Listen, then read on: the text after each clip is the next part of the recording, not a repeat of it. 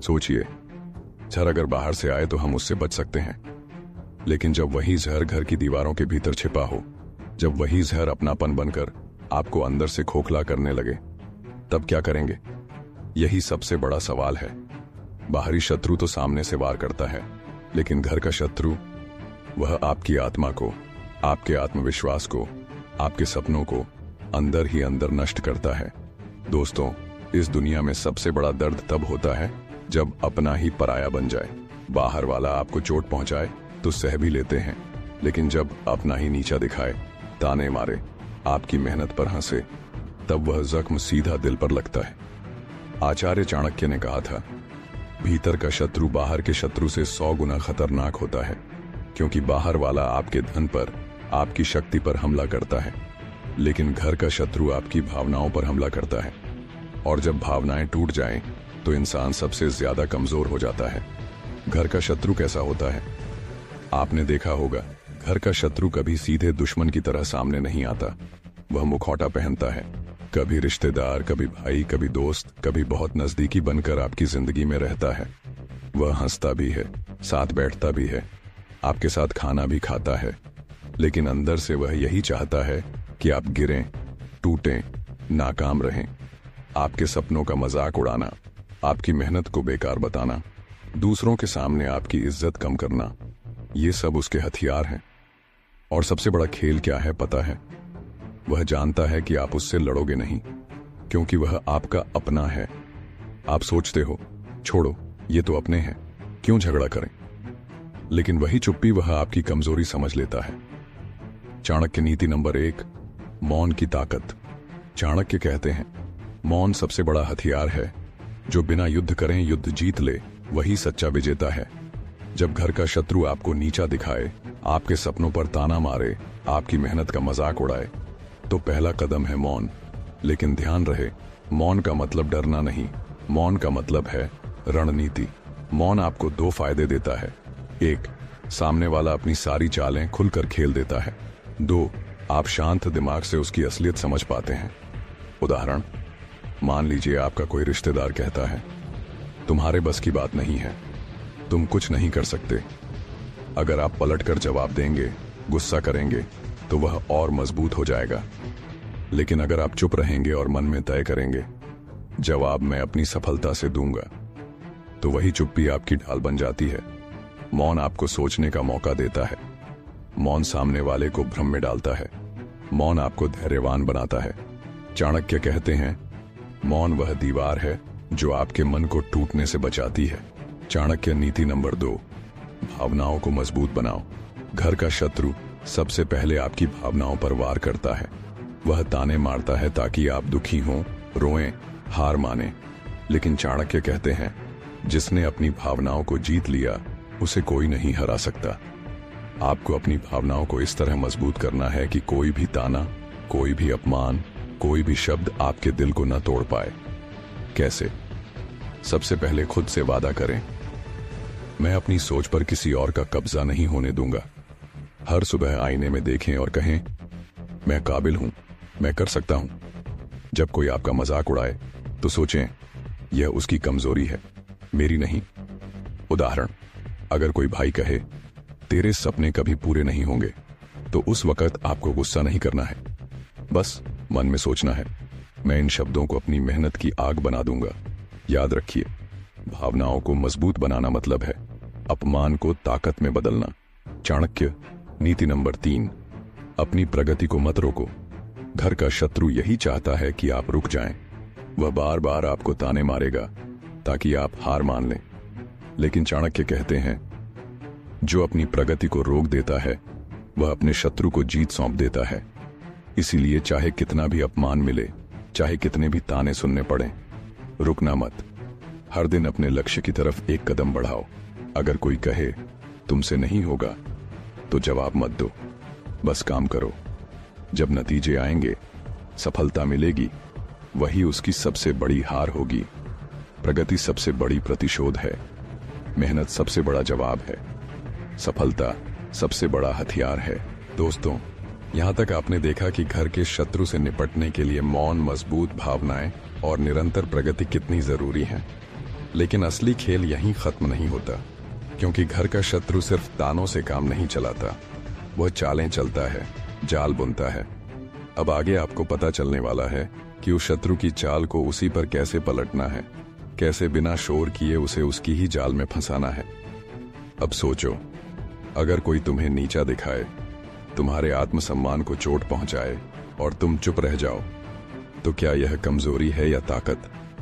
बहुत लोग सोचते हैं कि चुप रहना हार मानना है, लेकिन सच तो यह है कि चुप रहना, सही समय पर जवाब देना सीख लेना, यही सबसे बड़ी चालाकी है। चाणक्य कहते हैं, मूर्ख से तर्क करने से बेहतर है मौन धारण करना। यानी अगर सामने वाला मूर्ख है तो तुम्हारी सबसे बड़ी जीत यही है कि तुम अपनी ऊर्जा बचा लो। चाणक्य नीति नंबर 4, मूर्ख से बहस मत करो, क्योंकि बहस में समय तुम्हारा जाएगा और सामने वाला अपनी मूर्खता से तुम्हें थका देगा। अब इसे एक उदाहरण से समझो। मान लो ऑफिस में कोई साथी तुम्हें बार बार नीचा दिखाता है। तुम हर बार गुस्से में आकर जवाब दोगे तो लोग तुम्हें ही गुस्सैल मानेंगे, लेकिन अगर तुम एक बार चुप रहकर मुस्कुरा दो और अगली बार अपने काम से उसे पछाड़ दो, तो वही लोग कहेंगे, इसमें दम है, ये बिना कुछ कहे जीत गया।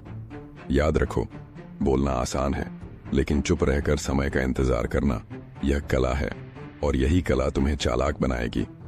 अब बात करते हैं एक और नीति की, जो इंसान की किस्मत बदल सकती है।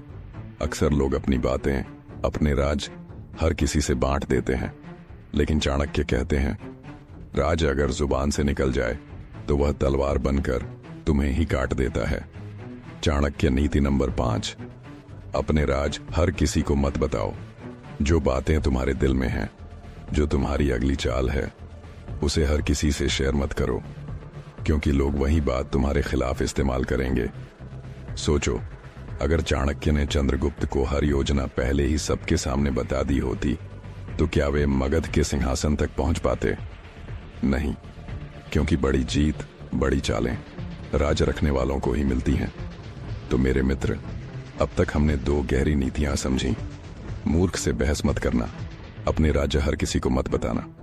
अब आगे आपको एक ऐसी नीति जाननी है जो तय करेगी कि जीवन में आपके दुश्मन आपको कैसे देखते हैं और दोस्त आपको कितनी इज्जत देते हैं। दोस्तों, आपने सुना होगा, लोहा लोहे को काटता है और इंसान इंसान को। लेकिन क्या आपने कभी सोचा है कि अपने ही घर का कोई सदस्य, अपना ही रिश्ता जब दुश्मनी पर उतर आए तो वह कितना खतरनाक होता है?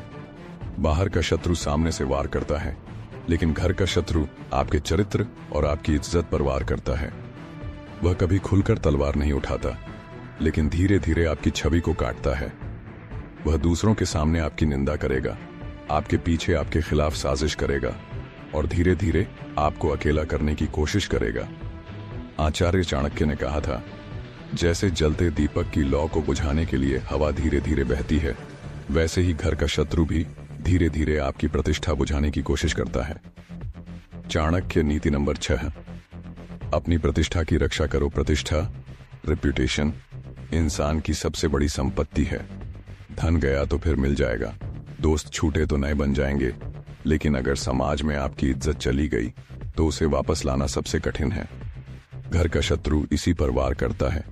वह छोटी छोटी बातें जोड़कर दूसरों से कहेगा, अरे इसका कोई काम कभी पूरा नहीं होता, ये भरोसे लायक नहीं है, ये केवल सपने देखता है, करता कुछ नहीं। धीरे धीरे उसकी बातें आग की तरह फैलने लगती हैं। अब इस स्थिति में क्या करें? पहला नियम, खुद का चरित्र इतना मजबूत बनाओ कि झूठ टिक ही ना सके। अगर आप मेहनती हो, ईमानदार हो और सबके सामने साफ सुथरे व्यवहार वाले हो, तो कोई भी कितना भी झूठ बोले, देर सबेर लोग असलियत पहचान ही लेंगे। दूसरा नियम, अपने काम को ही अपनी ढाल बनाओ। लोग बातें करेंगे, लेकिन जब आप उपलब्धियां दिखाओगे तो उनकी आवाजें खुद ब खुद दब जाएंगी। तीसरा नियम, अनावश्यक स्पष्टीकरण मत दो। चाणक्य कहते हैं, जो खुद को बार बार निर्दोष साबित करता है वही दोषी प्रतीत होने लगता है। इसलिए बेवजह लोगों को सफाई मत दो, बस अपने कर्म से जवाब दो। चाणक्य नीति नंबर 6, दूरी की शक्ति। दोस्तों, एक बात ध्यान रखना, हर लड़ाई तलवार से नहीं लड़ी जाती। कभी कभी सबसे बड़ी जीत होती है दूरी बना लेना। घर का शत्रु आपकी भावनाओं को भड़काना चाहता है। वह बार बार आपके आसपास आएगा, आपको उकसाएगा ताकि आप गुस्से में आकर गलत कदम उठा लें। लेकिन यहां चाणक्य का फार्मूला याद रखो, दुष्ट से दूरी बनाना ही सबसे बड़ी सजा है।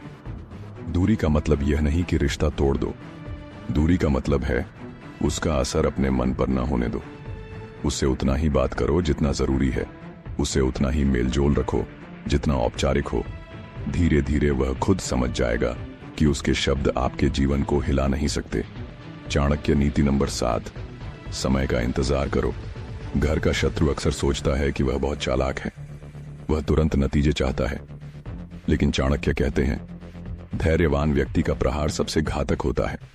यानी अगर आप समय का इंतजार करोगे तो एक दिन वही शत्रु अपनी चाल में खुद फंस जाएगा। उदाहरण, रामायण में कैकेयी ने जब राम को वनवास दिलाया तो पूरी अयोध्या हिल गई। राम ने तुरंत प्रतिशोध नहीं लिया, उन्होंने समय का इंतजार किया। परिणाम, अंत में वही कैकेयी पश्चाताप की आग में जलती रही। यही नीति है, धैर्य, सही समय का इंतजार करना, और जब समय आए तो पूरी ताकत से जवाब देना। दोस्तों, यहां तक आपने समझा कि घर के शत्रु से निपटने के लिए प्रतिष्ठा की रक्षा करना, दूरी बनाना और समय का इंतजार करना कितना जरूरी है। लेकिन सवाल यह है, अगर वही शत्रु आपकी सफलता देखकर और ज्यादा जहर फैलाने लगे, अगर वह चालाकी से आपके सबसे नजदीकी लोगों को आपके खिलाफ कर दे, तब क्या करेंगे? इसका जवाब हम अगला हिस्सा में खोलेंगे, जहां आप जानेंगे कि शत्रु की चाल को उसी पर कैसे पलटना है और कैसे रणनीति आपका सबसे बड़ा हथियार बनती है। दोस्तों, अब तक आपने देखा कि घर के शत्रु से बचने के लिए मौन, भावनात्मक मजबूती, प्रतिष्ठा की रक्षा, दूरी और समय का इंतजार कितना जरूरी है। लेकिन असली सवाल अभी भी बाकी है। अगर वही शत्रु आपकी सफलता देखकर और ज्यादा जहर फैलाने लगे तो क्या करें? अगर वह चालाकी से आपके सबसे नजदीकी लोगों को आपके खिलाफ करने लगे तो? आचार्य चाणक्य ने इस स्थिति का समाधान बहुत पहले दे दिया था। उन्होंने कहा था, शत्रु से सीधी लड़ाई मत लड़ो, उसे उसकी ही चाल में फंसाओ, यानी रणनीति बनाओ। रणनीति वह कला है जिससे बड़ा से बड़ा शत्रु भी बिना शोर किए हार मान लेता है। चाणक्य नीति नंबर 8, शत्रु की ताकत का उपयोग उसी पर करो। चाणक्य कहते हैं, दुश्मन को हराने का सबसे आसान तरीका है कि उसकी शक्ति को उसी के खिलाफ मोड़ दो। मान लो घर का शत्रु हर जगह आपकी बुराई कर रहा है, तो सीधे उसकी बुराई का जवाब मत दो, बल्कि उसके ही शब्दों का लाभ उठाओ। कैसे? अगर वह कहे, ये तो हमेशा असफल रहता है, तो आप चुपचाप मेहनत करो और जब सफलता मिले तो वही वाक्य उल्टा पड़ जाएगा। लोग कहेंगे, अरे, जिसको असफल कह रहे थे वही तो जीत गया। यहां आपने कुछ बोला नहीं, सिर्फ उसकी ताकत को उसकी हार में बदल दिया। ठीक वैसे ही जैसे तीर चलाते समय धनुष की डोरी पीछे खींचती है, लेकिन वही पीछे खिंचाव उसे और जोरदार बनाता है। चाणक्य नीति नंबर 9, मित्र और शत्रु की पहचान करो। दोस्तों, सबसे बड़ी समस्या तब आती है जब घर का शत्रु हमारी छवि बिगाड़कर हमारे ही करीबियों को हमारे खिलाफ कर देता है। ऐसे समय पर हमें यह समझना बहुत जरूरी है कि असली मित्र कौन है और छुपा हुआ शत्रु कौन। चाणक्य कहते हैं, उस मित्र से सावधान रहो जो हर समय तुम्हारी हाँ में हाँ मिलाता है। असली मित्र वही है जो तुम्हें सच बताने की हिम्मत रखता है। यानी अगर कोई आपके सामने हमेशा आपकी तारीफ करता है और पीठ पीछे आपकी बुराई फैलाता है, तो वह असली मित्र नहीं बल्कि छुपा हुआ शत्रु है। उदाहरण, इतिहास गवाह है कि राजा नंद के दरबार में चाणक्य ने यही चाल देखी थी। नंद के पास ऐसे दरबारी थे जो सामने से जय जयकार करते थे, लेकिन अंदर से षड्यंत्र रच रहे थे। चाणक्य ने यही पहचान ली और उन नकली मित्रों को बाहर कर दिया। इसलिए अपने जीवन में आपको यह सीखना है कि कौन सच्चा मित्र है और कौन छुपा हुआ शत्रु। चाणक्य नीति नंबर 10, मौन नहीं, अब प्रहार करो। दोस्तों, अब तक हम मौन और धैर्य की बात कर रहे थे, लेकिन चाणक्य कहते हैं, धैर्य का मतलब यह नहीं कि हमेशा चुप रहो। धैर्य का मतलब है सही समय पर सही प्रहार करना। अगर घर का शत्रु बार बार आपकी सीमाओं को तोड़ रहा है, अगर वह आपकी प्रतिष्ठा को बार बार नष्ट करने की कोशिश कर रहा है, तो अब वक्त है कि आप उसका सामना करो। आप सुन रहे हैं चाणक्य विवेक। जहां शब्दों के बीच की चुप्पी भी बोलती है और हर सीख जीवन को नया। लेकिन ध्यान रहे, यह सामना गुस्से में नहीं होना चाहिए, यह सामना रणनीति के साथ होना चाहिए। कैसे? उसके झूठ को सबूत के साथ उजागर करो, उसके तानों का जवाब उपलब्धियों से दो, और सबसे जरूरी, उसके जाल में फंसे लोगों को सच दिखाओ।